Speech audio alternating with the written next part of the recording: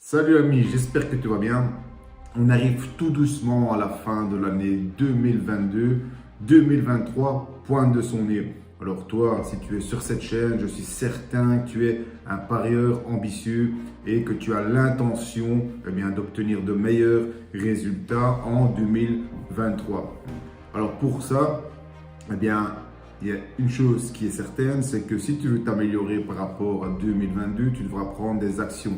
Si tu fais exactement la même chose en 2023 qu'en 2022, tu obtiendras les mêmes résultats en 2023 qu'en 2022. Donc, tu vas prendre des actions, on n'en prend pas 20, tu en prends quelques-unes. Dans cette vidéo, pour t'inspirer, je t'ai fait une liste de 10 actions possibles à prendre en 2023 pour devenir un meilleur parieur. Tu n'es pas forcé de prendre les 10, ce n'est pas une liste exhaustive, il y en a certainement d'autres, mais je t'en donne déjà 10 pour t'aider. Tu pioches les actions que tu as envie de mettre en place et tu les mets en place avec sérieux en 2023 afin de devenir un meilleur parieur. Avant que je te cite ces 10 actions, je te demande de prendre quelques secondes pour t'abonner à ma chaîne YouTube. Je te remercie. Alors attention, ne fais pas attention à l'ordre, ce n'est pas un ordre d'importance, ok? C'est un ordre aléatoire. Le principal, c'est de te donner 10 actions possibles. Action numéro 1, tenir un bilan, évidemment. Ça, c'est la base pour un parieur, mais je remarque assez souvent que beaucoup de parieurs débutants ne tiennent même pas un bilan. Si tu ne tiens pas de bilan, si tu n'as pas tenu de bilan en 2022, tu dois absolument tenir un bilan en 2023. Sans ça, tu ne sauras jamais où tu en es. Tu ne sauras jamais progresser, tu n'arriveras jamais à rien dans les paris sportifs. C'est brutal ce que je dis, mais c'est la vérité. Sans bilan, imagine une compagnie, une société qui ne tient pas de compte, de bilan, elle ira nulle part. Toi, c'est la même chose. Donc, commence par tenir un bilan très simple. Okay? Action numéro 2, très important, évidemment, comme dans la vie, comme dans tous les domaines, je dirais, c'est se former. Important de se former pour s'améliorer, se former personnellement. Ici, forcément, dans le domaine des paris sportifs. Alors, comment? Ce que je te conseille, parce qu'on voit un peu de tout sur Internet, donc comment on fait pour s'y retrouver? Le chemin le plus rapide, c'est de choisir un mentor, un modèle. Une personne en qui tu as confiance et dont tu aimes la philosophie dans les paris sportifs. Tu suis cette personne, au début, tu la copies. Tu ne te poses pas de questions, tu dois avoir confiance en lui, évidemment. Et en copiant, tu vas t'améliorer. Et plus tard, tu ne copies plus, mais tu fais ta propre philosophie, tes propres méthodes, et tu prends ton chemin. Mais au début, c'est très important de suivre quelqu'un, de copier quelqu'un. C'est comme ça que j'ai fait également. Action numéro 3. Changer de plateforme pour avoir de meilleures cotes, évidemment. Regarde où tu as parié en 2022. Tu as peut-être parié chez des bookmakers qui t'offrent de très mauvaises cotes. Sache que il y a des bookmakers ou des betting exchange qui t'offrent les meilleures cotes du monde et ça ne demande aucun effort. Okay? Ça demande juste de changer d'outil pour parier. Et une fois que tu auras mis cette action en place, d'office, mécaniquement, comme les cotes sont meilleures, tes profits vont augmenter ou tes pertes vont diminuer. Mais ça ne demande pas d'effort, donc c'est indispensable de faire cela. Je te conseille soit PS38 qui est le clone de Pinacle, soit OrbitX qui est le clone de Betfair. C'est là que tu auras les meilleures cotes du monde. C'est simple. Si tu ne sais pas comment accéder, je te laisserai un lien dans la description de cette vidéo, ma formation trading sportif. Je te montrerai comment accéder à Pinacle et à Betfair. Du moins leur clone, leur équivalent autorisé en France, Belgique, etc. Très important comme action à mettre en place, indispensable. Action numéro 4. Tu peux aussi décider d'investir dans un meilleur outil d'analyse. Si tu es quelqu'un qui aime analyser soi-même les paris, faire tes propres sélections, tu as besoin d'un outil d'analyse quand même plus poussé que Flashcore ou que des outils très simples d'analyse, des outils souvent gratuits mais très simples. Et tu as besoin d'investir là-dedans. Ça va avoir un impact très positif sur la qualité de tes sélections et aussi sur tes résultats à long terme également. Donc, investir dans un meilleur outil d'analyse. Action numéro 5. Ça, c'est pas vraiment, si c'est une action, mais c'est plus une décision. C'est de décider si tu vas plus t'orienter vers le pré-match, les paris pré-match, ou plus vers le trading live.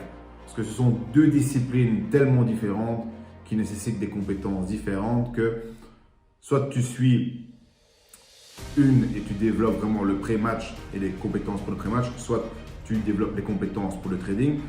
Plus tard, tu peux même mixer les deux. Moi, je fais les deux, tu sais très bien. Je fais un peu de pré-match et je fais beaucoup de trading live. Ok, mais en tout cas, il est bien de voir un peu vers quelle direction tu vas aller.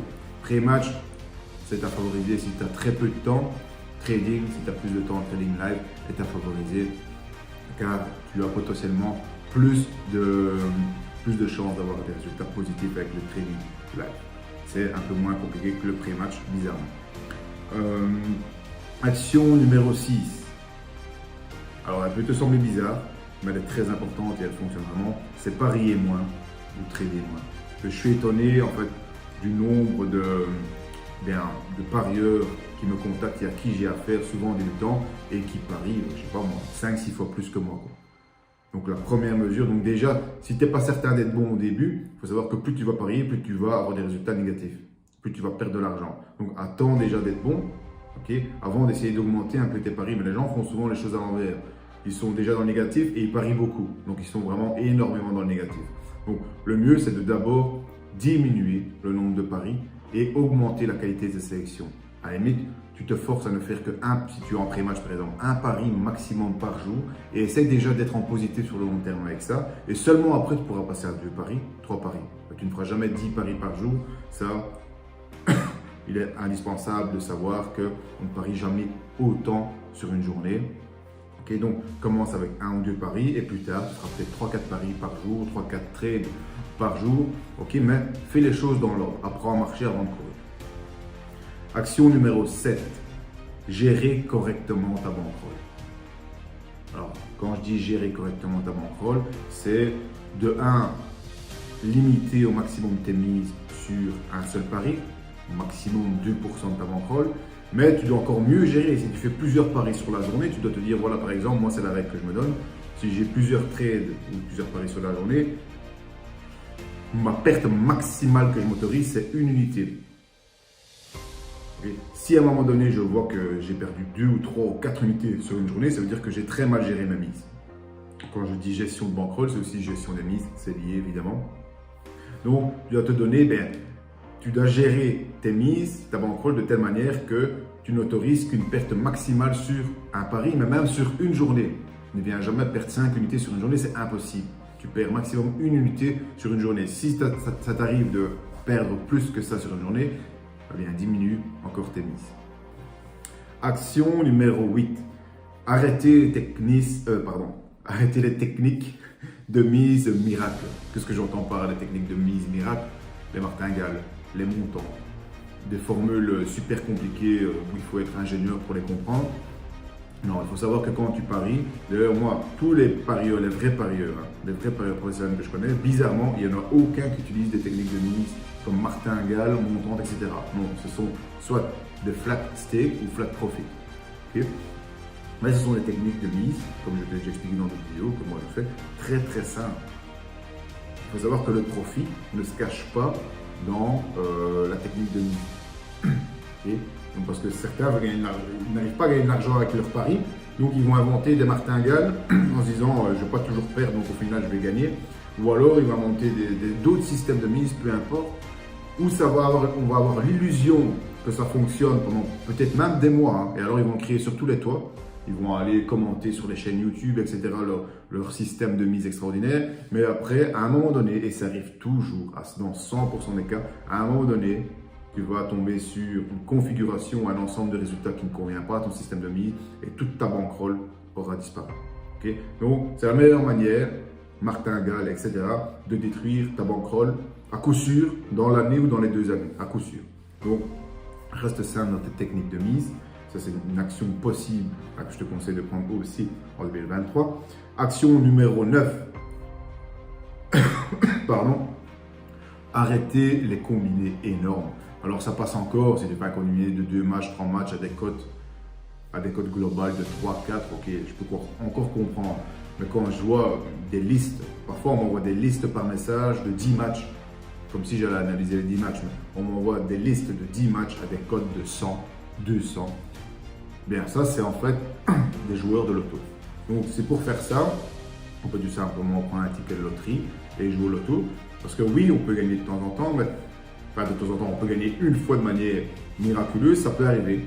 Okay, et une fois que ça arrive, les bookmakers en parlent partout parce qu'évidemment, ils veulent que tout le monde fasse ça parce que c'est ce qui rapporte plus d'argent aux bookmakers. Mais ce n'est pas un système qu'on peut reproduire dans le futur. Ce n'est pas un système qu'on contrôle et qu'on maîtrise.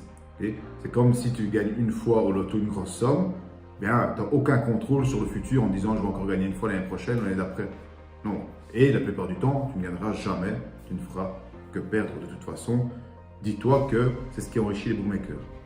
Donc c'est pas pour rien que les bookmakers font des promos sur les grands combinés parce qu'ils veulent te pousser à faire ça. Alors le but d'un bookmaker c'est de rapporter, c'est de gagner de l'argent, pardon. Gagner de l'argent comment? En t'en faisant perdre à toi. Donc ne rentre pas dans le jeu, reste très simple. Pari simple, peut-être un ou deux matchs à combiner, mais reste très très simple. Action numéro 10 possible, eh bien c'est arrêter de parier à l'instinct. Ça te semble bizarre peut-être, j'espère que ça te semble bizarre ce que je vais dire, mais j'analyse bien les commentaires de beaucoup de personnes ou des gens qui m'envoient des messages, qui veulent me donner des conseils sur parier sur telle équipe.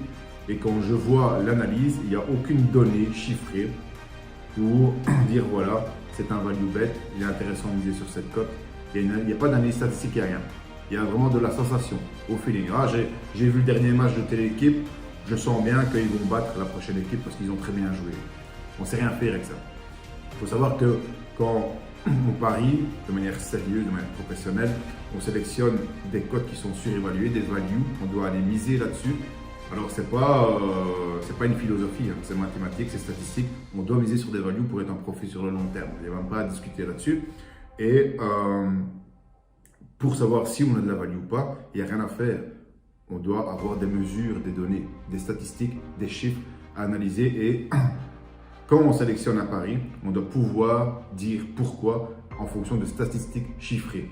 Et non pas en se disant, voilà, parce qu'il fait 15 degrés aujourd'hui, cette équipe-là a plus de mal, on n'a pas de données. Ou alors en disant, ouais, cette équipe-là va être surmotivée pour gagner. La motivation, ça ne se mesure pas non plus. Hein? Tu dois te baser sur des chiffres, des statistiques, pas des sensations, du feeling, un tel joueur, je sais pas moi, s'est marié le week-end passé ou a eu une naissance, donc il va être super motivé pour planter un but. Non, ça ne se mesure pas tout ça. Donc arrête avec l'instinct, arrête avec le feeling, base tes décisions et tes paris sur des statistiques chiffrées, rien d'autre.